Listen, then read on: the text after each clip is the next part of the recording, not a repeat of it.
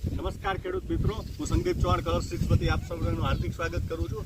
આપણી સાથે વેપારી મિત્ર આપણા કળશના ડિસ્ટ્રીબ્યુટર મહિપાલસિંહ ગોહિલ કે વસુંધરા એગ્રો વાલુકરના છે. એની જ સાથે 20 વર્ષથી આપણી સાથે સતત કાર્યરત એવા વિપિનભાઈ જોશી જે ભાવનગર અને ત્યાંના એરિયા મેનેજર છે તે હાજર છે, અને હું સંદીપ ચૌહાણ. આજે આપણે કળશ સીડ્સની જે તનિષ્ક વેરાયટી છે, પટાવાળી વેરાયટી, એના પ્લોટ ઉપર ઊભા છીએ. જે આપણા ડિસ્ટ્રીબ્યુટર છે એમને ત્યાં જ કરેલી છે, તો આપણે ચર્ચા કરીશું એમની સાથે, વિપિનભાઈ અને મહિપતસિંહભાઈ સાથે ચર્ચા કરીશું કે આ વેરાયટીની ખાસિયતો શું છે, અને અત્યારે જ્યારે ઉનાળો છે, અત્યારે બજારમાં સારામાં સારા ભાવ મળે છે, ત્યારે મહિપતસિંહજીને શું ભાવ મળ્યા છે અને શું કામે આપણી વેરાયટી કરવી જોઈએ. મહિપતસિંહભાઈ, આ તમે વેરાયટી કઈ વાવી છે? આ આપણે તનિષ્ક કલશ કંપનીની તનિષ્ક વાવી છે. આ ધારો કે કેટલું વાવેતર છે? 1 વીઘાનું છે વાવેતર. આ જે છે એ 1 વીઘાનું વાવેતર છે.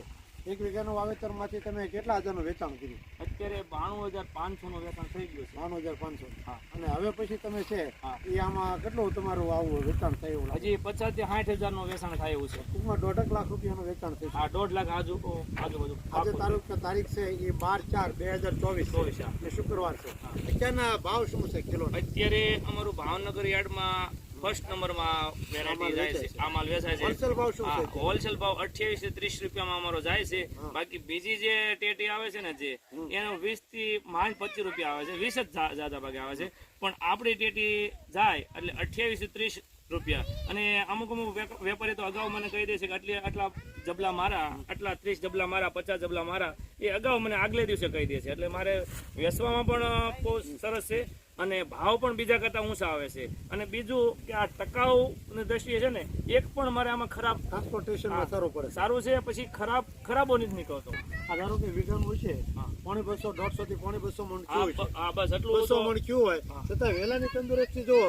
હજી વેલાની તંદુરસ્તી એટલી છે, અને માલે પણ એટલો હજી ઘણો છે. તમે જોવો ને તો માલમાં તમને બતાવો તો લાગત માલ, આ માલ બધો લાગત છે ને, આ બધો માલ હજી ભરેલો જ છે. હજી જો અહીંયા જો તો હજી માલ બધો આમ જો એક એક વેલામાં 5 હજી તો ભરી જ છે. એટલે ટૂંકમાં 1 વીઘામાંથી 200 મણ જેટલું ઉત્પાદન આવશે.